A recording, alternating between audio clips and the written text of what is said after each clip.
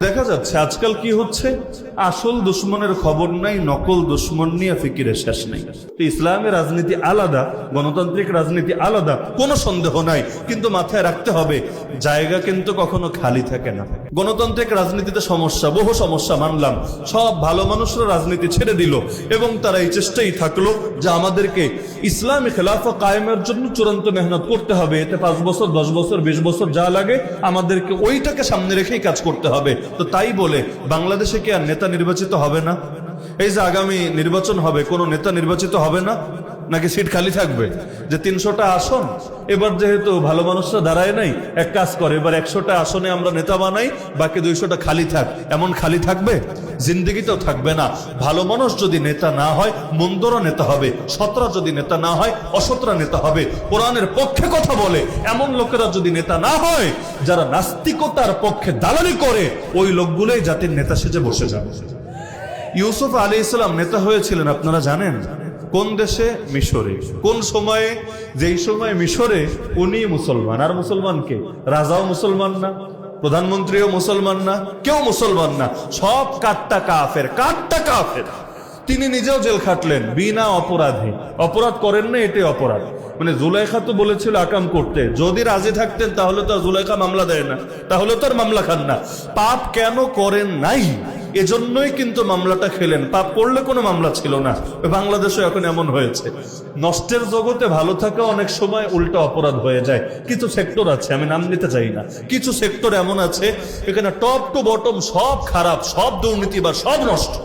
আপনি একা যদি চান ভালো থাকবেন, দুইটার যে কোনো একটা হবে, হয়তো চাকরি হারাবেন, চাকরি হারালে তো মরবেন না, আলহামদুলিল্লাহ কিছু খেয়ে না খেয়ে বাঁচবেন, অথবা দেখবেন গুপ্ত হত্যার শিকার হয়ে গেছেন, সন্ত্রাসীরাই পিটেরে মেরে দিয়েছে, অথবা বিনা অপরাধে ফালতু মামলা নিয়ে জেলে যাওয়া লেগেছে। তো নবী ইউসুফ অপরাধ করলেন না, তবুও ফাও জেল খাটলেন।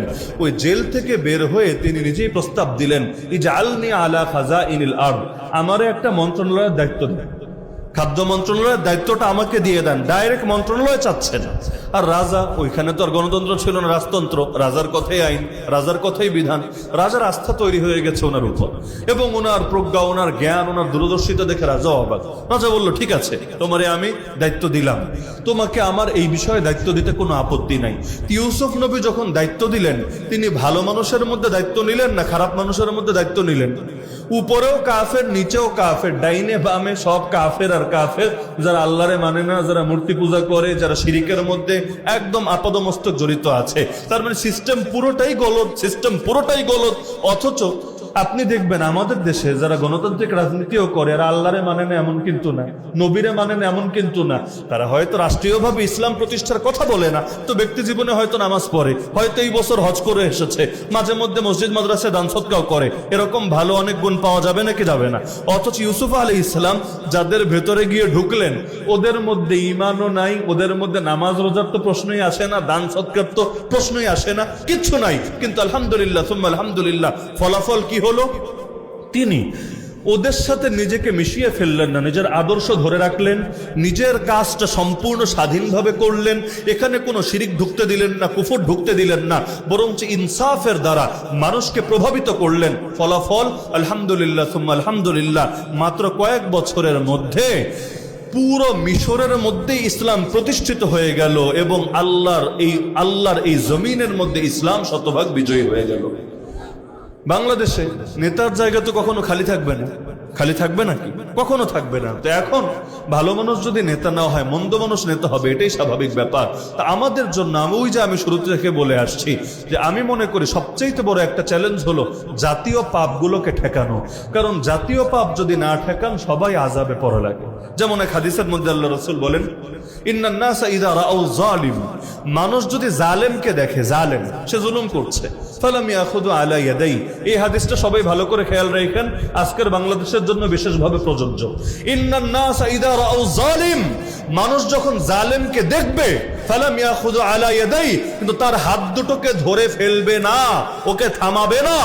ইউশিকু আইয়া উম্মাহুমুল্লাহু বিইকাব, সেদিন বেশি দূরে না যখন আল্লাহ ওদের সব কয়টারে আযাবে আক্রান্ত করবেন, জালেম কেউ আর যারা জুলুম হতে দেখে চোখ থেকেছে ওদের কেউ। এমনকি এক হাদিসে নবী বললেন, উনসুর আখাকা জালিমান আও মাজলুমা, তুমি তোমার ভাইকে সাহায্য করবা, সে জালেম হলেও সাহায্য করবা, মাজলুম হলেও সাহায্য করবা। সাহাবীর অবাক, ইয়া রাসূলুল্লাহ এটা কি বললেন? জালেম হলে কেমনে সাহায্য করব, মাজলুম হলে সাহায্য করব এটা বুঝলাম, তো জালেমরে কিভাবে সাহায্য করব? নবী বললেন, তামনাহু মিনা যুলমি ফাযালিকা নাসরুহু, জালেমকে জুলুম করতে দিবা না, থামায় দিবা, ঠেকায় দিবা, প্রতিরোধ করবা, এটাই হবে তাকে সাহায্য করা।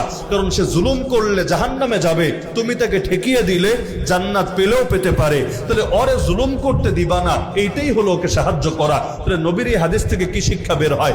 আমি চাঁদাবাজি করলাম না, ভালো কথা, কালীকচ্ছ বাজারে কেউ চাঁদা নিতে আসলো, গলানিয়ার মধ্যে কেউ অবৈধভাবে চাঁদা নিতে আসলো, অথবা অন্য ধরনের কোনো জুলুম করতে কেউ আসলো, আমি নিজে তো করব না, যারা করতে আসবে ওদের গোষ্ঠী শুদ্ধ আস্ত রাখবো না।